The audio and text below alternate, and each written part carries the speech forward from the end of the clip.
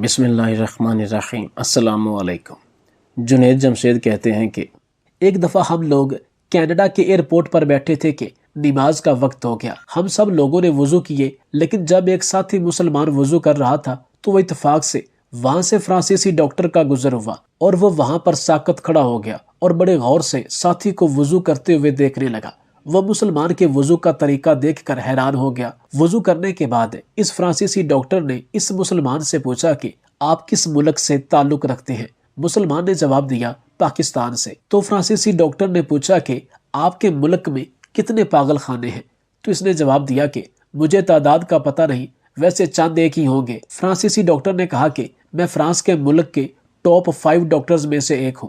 France میں بہت زیادہ پاگل خانے ہیں اور میں ایک پاگل خانے کے ہسپتال میں ڈاکٹر ہوں۔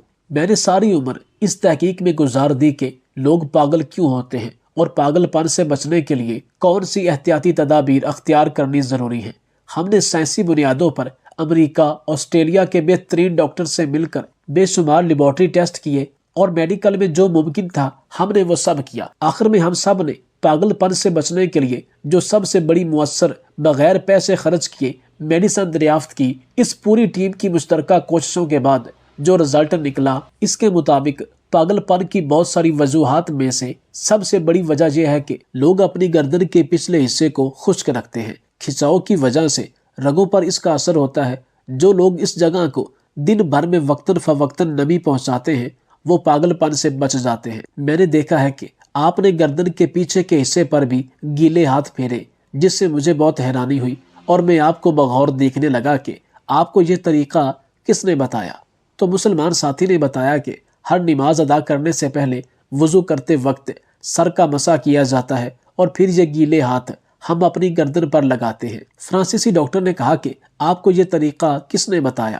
تو اس ساتھی نے کہا کہ یہ بات ہمارے پیارے نبی حضرت محمد صلی اللہ علیہ وآلہ وسلم نے ہمیں بتائی ہے۔ ڈاکٹر کہنے لگا کہ اسی لیے آپ کے ملک میں لوگ کم تعداد میں پاگل ہوتے ہیں۔ اور فرانسیسی ڈاکٹر بہت زیادہ حیران ہوا کہ جو چیزیں ہمیں اتنی تحقیق کے بعد معلوم ہوئی وہ ان مسلمانوں کو ان کے نبی نے پہلے سے ہی بتا دی تھی، جو کہ ہر لحاظ سے مفید ہے۔ فرانسیسی ڈاکٹر جب جانے لگا تو ساتھی نے کہا کہ آپ قرآن پاک کا مطالعہ کیجئے، انشاءاللہ آپ کی میڈیکل اور آپ کی ذاتی زندگی میں بہت سی نئی ایجادات ہوں گی اور آپ کی زندگی میں مثبت تبدیلیاں آئیں گی، جو کہ کسی بھی بڑی لیبارٹری کی دن رات کی تحقیقات سے زیادہ مؤثر ہوں گی۔ خیر، ساتھی نے اس ڈاکٹر کا موبائل نمبر لے لیا اور اپنا دے دیا۔ ہمیں پھر اس نے آ کے سارے واقعات سے آگاہ کیا۔ خیر، اس کے بعد ڈاکٹر نے قرآن مجید کا مطالعہ کیا، احادیث شریف کا مطالعہ کیا، اسلام کو ڈیٹیل کے ساتھ پڑھا سمجھا اور اس کے بعد وہ مسلمان ہو گیا۔ مسلمان ہونے سے پہلے اس نے ساتھی کو فون کیا، ان کی بات چیت ہوئی اور میری بھی اس ڈاکٹر سے بات ہوئی تھی۔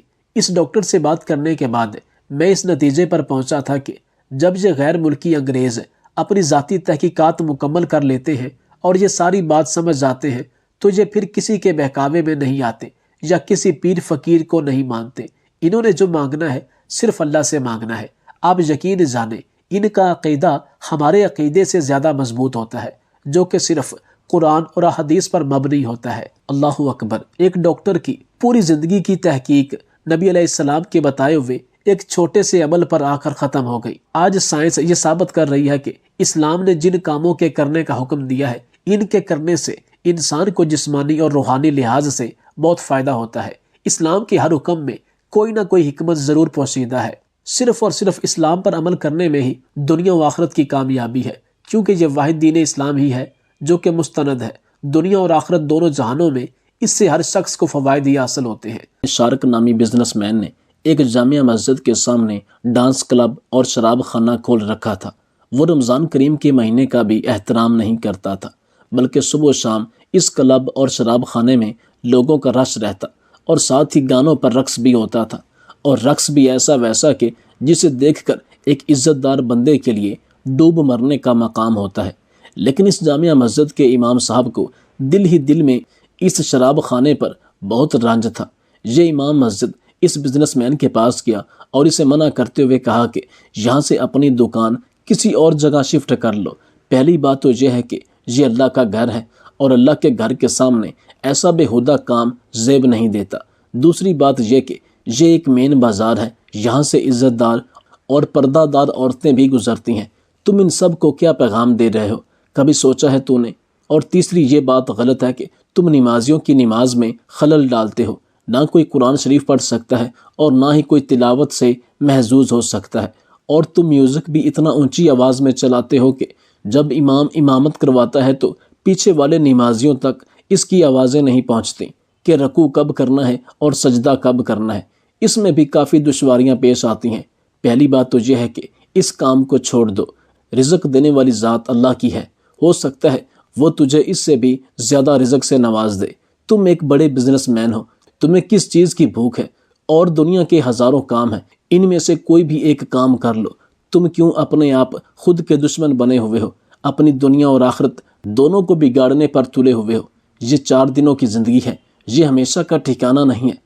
تم اتنا روپیہ پیسہ کما کر کیا کرنا چاہتے ہو؟ اور وہ بھی ایسا لعنتی پیسہ جو کہ دوسروں کو پریشان کر کے کمایا گیا ہو، اور جس کا ایک ایک روپیہ حرام کا ہو، اور یہ روپیہ کسی بھی زہریلے سانپ کی نسبت کم نہیں ہے۔ اگر تم باز نہ آئے تو وہ دن دور نہیں جب یہی تمہارا روپیہ تجھ کو ڈس لے گا۔ ابھی کچھ نہیں بگڑا، بہتر ہے کہ ہدایت قبول کرو اور سیدھے راستے پہ آ جاؤ۔ الغرض یہ کہ اس مسجد کے امام صاحب نے اسے جس حد تک ہو سکتا تھا سمجھایا، خدا کے عذاب سے ڈرو اور میری بات پر عمل کرو، مگر اس بدبخت نے یہ کہتے ہوئے امام صاحب کی بات ماننے سے انکار کر دیا کہ قبر میں ہر کسی نے اپنا جواب خود ہی دینا ہے، تم اپنی تیاری کرو، میری فکر نہ کرو، اور ویسے بھی جب میں قبر میں جاؤں گا میں خود ہی دیکھ لوں گا۔ جب میں تجھے بلاؤں کہ میری قبر میں آ کر میرا حساب دو تو تم نہ آنا۔ ویسے بھی میں اس جگہ کا مالک ہوں، میں یہاں جو کچھ مرضی کرو، تم ہوتے کون ہو مجھے یہ بات کرنے والے؟ جاؤ، تم سے جو ہوتا ہے کر لو، اور اگر تم دوبارہ میرے پاس آئے تو میں تمہارے اوپر تیزاب پھینک دوں گا، اور جس کی وجہ سے تم مولانا بنے پھرتے ہو، تمہاری یہ داڑھی بھی۔ اس بدبخت نے یہ جملہ سوالیہ انداز میں چھوڑ دیا۔ یہ بدبخت شراب کے نشے میں دھت تھا اور اونچی آواز میں غصے کے عالم میں کہنے لگا کہ تم ہر دوسرے چوتھے دن بعد میرے پاس آ جاتے ہو کہ کلب کو بند کرو۔ مجھے تو لگتا ہے کہ اس کلب میں تیری بیٹیاں اور تیری بیوی دھندا کرتی ہیں، جس کی تجھے اتنی زیادہ تکلیف ہوتی ہے اور تجھ سے دیکھا نہیں جاتا۔ یہ کہہ کر اونچی اونچی آواز میں کہکا لگانا شروع ہو گیا، اور بھی ایسی ایسی باتیں بڑبڑاتا رہا کہ جسے کوئی نارمل انسان سنتا تو وہ اس کا قتل کر دیتا۔ یہ امام صاحب انتہائی ضعیف تھے اور تو کچھ کر نہیں سکتے تھے سوائے برداشت کرنے کے، لیکن خدا تو سب دیکھ رہا تھا۔ یہ امام صاحب بڑے پریشان ہوئے کہ میں اس کو نیکی کی دعوت دے رہا ہوں، بجائے اس پر عمل کرنے کے یہ مجھے باتیں سنائے جا رہا ہے۔ اس کے دل پہ بڑی تکلیف گزری، لیکن مولانا صاحب بے بس تھے اور اس آدمی کے خلاف کوئی ایکشن نہیں لے سکتے تھے، کیونکہ پولیس بھی اس بزنس مین کی جیب میں تھی، کیونکہ اکثر اوقات رات کو پولیس کی گاڑی اس کے کلب کے باہر نظر آتی تھی۔ اور پوری دنیا میں ہر محکمے میں اچھے برے لوگ ہوتے ہیں، جو چند لوگ عیاش سوچ کے ہوتے ہیں وہ یہاں پر آتے ہوں گے اور اپنے گناہوں کے ڈھیر میں اضافہ کر کے چلے جاتے ہوں گے، لہٰذا پولیس کے پاس جانے کا بھی کوئی فائدہ نہیں تھا۔ امام صاحب اس وجہ سے بہت زیادہ پریشان رہنے لگے، حتیٰ کہ ایک دن چند نمازی حضرات کو ساتھ لے کر مقامی میئر کے پاس بھی گئے، اور ان کی بھی کافی زیادہ منت سماجت کی گئی کہ خدارا یہ اسلامی ملک ہے، یہاں اسلام کا نفاذ ہونا چاہیے۔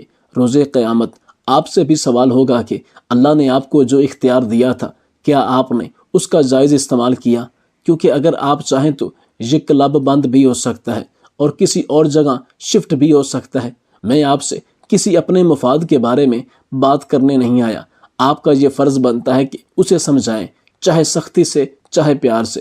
لیکن امام صاحب کو سب سے زیادہ دکھ تب لگا جب اس میئر نے یہ کہتے ہوئے صاف جواب دے دیا کہ مولانا صاحب، آخرت میں ہر بندے نے اپنا حساب دینا ہے، وہ کوئی بچہ تو ہے نہیں، ویسے بھی وہ اس جگہ کا مالک ہے، وہ جو چاہے وہاں کر سکتا ہے، ہم کون ہوتے ہیں اسے روکنے والے؟ اور آخر میں اس میئر نے مولانا صاحب کو یہ کہا کہ میں تو سمجھا تھا کہ آپ کوئی چندہ لینے آئے ہیں، اگر مجھے پتا ہوتا کہ آپ اس کے بارے میں یا اس کے کلب کے بارے میں بات کرنے آئے ہیں تو میں آپ کی ہرگز بات ہی نہ سنتا۔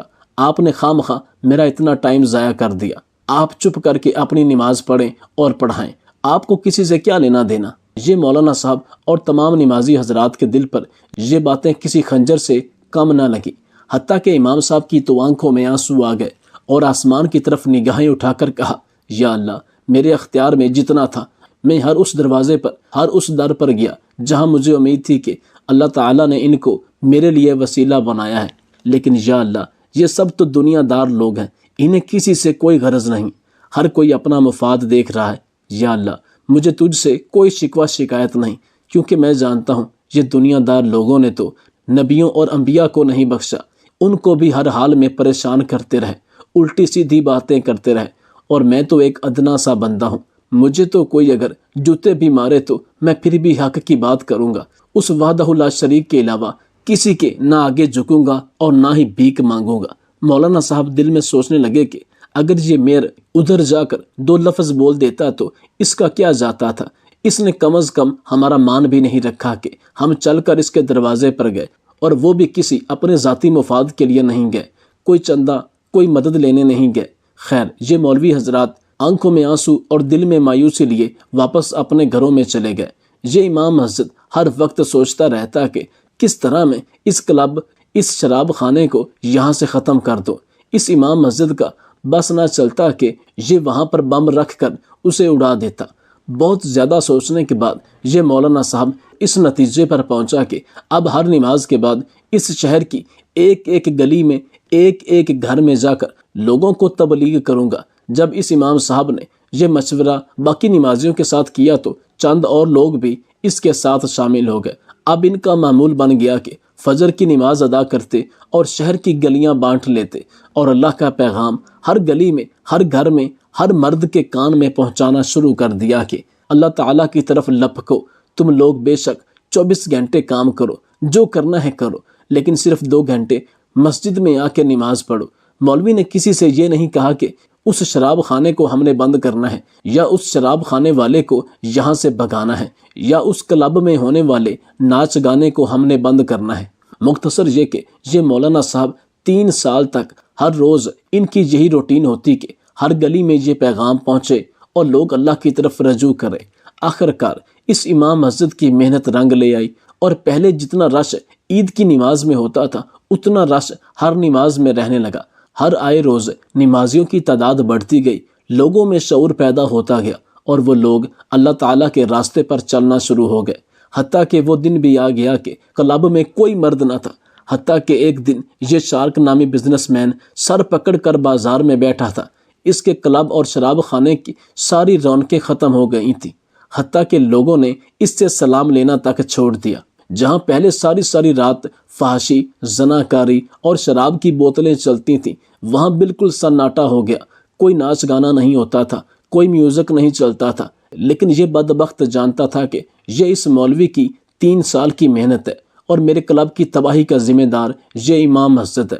اس کو بہت زیادہ غصہ تھا، اور ایک دن اس نے فیصلہ کیا کہ یہ اپنے تباہ ہوئے کاروبار کا بدلہ اس امام صاحب سے لے گا۔ اب یہ اس امام مسجد کی تاڑ میں رہنے لگا کہ یہ کب کب آتا ہے اور کب کب جاتا ہے، کیونکہ مین راستہ یہی تھا۔ اسی جگہ سے امام صاحب گزرتے تھے۔ ایک دن شیطان اس پر حاوی ہو گیا اور اس کو بدلہ لینے کے لیے ورغلانے لگا۔ ایک رات جب امام صاحب عشاء کی نماز ادا کرنے کے بعد واپس اپنے گھر جا رہے تھے، جب یہ ان کے کلب کے پاس سے گزرنے لگے تو اس بدبخت نے اوپر سے ان پر تیزاب پھینک دیا۔ خدا اپنے بندوں کی خود حفاظت کرنے والا ہے۔ جب امام صاحب کو شک پڑا کہ اوپر سے کچھ گرنے کی آواز آئی ہے تو انہوں نے اپنے قدموں کو تیز کیا۔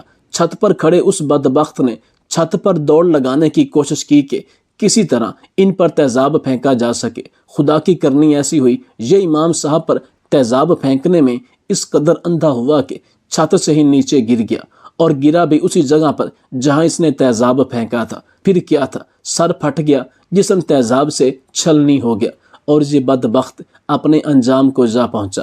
پھر اس کا جنازہ بھی اسی امام صاحب نے پڑھایا، اور اس جنازے پر تمام مرد حضرات میں سے سب سے زیادہ یہ مولانا صاحب روئے۔ جب ایک نمازی حضرات نے ان سے پوچھا کہ آپ اس قدر اس کے جنازے پر کیوں روتے ہیں؟ یہ بدبخت تھا، اس نے اپنی ساری زندگی میں آپ کو بھی تنگ کیا اور تمام لوگوں کو بھٹکانے کے سوا کچھ نہیں کیا۔ تو یہ مولانا صاحب بالکل خاموش ہو گئے۔ بعد میں اس بدبخت کے نافرمان بیٹوں نے باپ کے مرتے ہی جائیدادیں بانٹنا شروع کر دی، حتیٰ کہ یہ کلب، گھر، گاڑیاں سب کچھ بک گیا۔ ایک دن جب یہ امام صاحب اپنے پچھلے 3 سالہ سفر پر نظر دوڑاتے ہیں تو خود ہی سے حیران ہونا شروع ہو جاتے ہیں اور ان کی آنکھوں سے آنسوؤں کے موتی ٹپکنے لگتے ہیں۔ ان کے دل میں خیال آتا ہے کہ وہ خدا بڑا غفور الرحیم ہے، کہ اگر اس دن وہ کلب والا مجھے اتنی باتیں نہ سناتا، یا اگر وہ کلب والا میری بات مان کر یہاں سے اپنے کلب کو کسی اور جگہ کسی اور شہر میں شفٹ کر لیتا تو اس کا کلب تو چلتے رہنا تھا، لیکن اللہ تعالیٰ نے اس کی جڑ کو ختم کرنا تھا، یعنی کہ وہ لوگ جو اس کلب میں آتے تھے اللہ تعالیٰ نے ان کو ہدایت پر لانا تھا، جس کا وسیلہ یہ مولانا صاحب بنے۔ 3 سال انتھک محنت کی اور لوگوں میں حقیقی شعور پیدا کر دیا، جس کے بعد لوگوں نے کلب کی طرف جانا تو دور کی بات، کلب کی بات تک نہیں کرتے تھے۔ مطلب یہ کہ اگر اب لاکھ کلب بھی ہوں تو یہ لوگ جن کو اللہ تعالیٰ نے ہدایت دی ہے، جس کا وسیلہ یہ مولانا صاحب بنے ہیں، یہ لوگ کسی کلب میں نہیں جائیں گے۔ مولانا طارق جمیل صاحب فرماتے ہیں کہ اگر اس دن یہ امام صاحب اتنی باتیں سننے کے باوجود خاموش بیٹھ جاتے کہ مجھے کیا ہے، میں نے اپنا فرض ادا کر دیا، میں نے تو اسے سمجھانے کی کوشش بھی کی اور آگے سے اس سے لاکھ باتیں بھی سن لی، اب یہ محلہ جانے، شہر جانے اور خدا جانے، لیکن انہوں نے ایسا نہیں کیا۔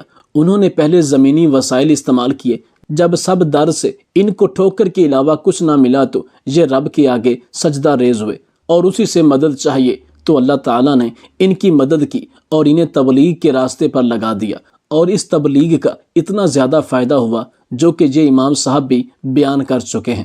مولانا طارق جمیل صاحب کہتے ہیں کہ مختصر یہ ہے کہ جہاں کہیں بھی کوئی برائی، کوئی غلط کام ہوتا دیکھے تو اپنا حصہ ڈالیے، اپنی پوری کوشش کیجئے کہ آپ ہی وسیلہ بنیں کہ یہ برائی، یہ غلط کام جس سے انسانوں کو بجائے فائدہ کے نقصان ہو رہا ہے، یہ ختم ہو جائے۔ آپ کا کام اس کو ختم کرنا ہرگز نہیں ہے، آپ کا کام ہے کہ پہلا جملہ اور پہلا پتھر اٹھائیں اور اللہ تعالیٰ سے مدد مانگ کر اس کو پھینک دیں۔ آپ کے دل میں یہ وسوسہ نہیں رہنا چاہیے کہ کاش میں یہ کر دیتا، کاش وہ ایسے ہو جاتا۔ آپ نے اللہ کا نام لے کر اپنے حصے کا پتھر پھینک دیا، اب خدا جانے، اور اس میں کوئی شک نہیں کہ وہی سب جاننے والا ہے، اور جب وہ ظالم کی رسی کو کھینچتا ہے تو اسے جڑ سے اکھاڑ دیتا ہے۔ اللہ ہم سب کو ایمان کی روشنی سے منور کر دے اور ظلم، ہر برائی کو روکنے کے لیے پہلا پتھر پھینکنے والا بنائے، کیونکہ تاریخ ہمیشہ امامت کروانے والے اور پہلا قدم اٹھانے والے کو سنہری الفاظ میں یاد رکھتی ہے۔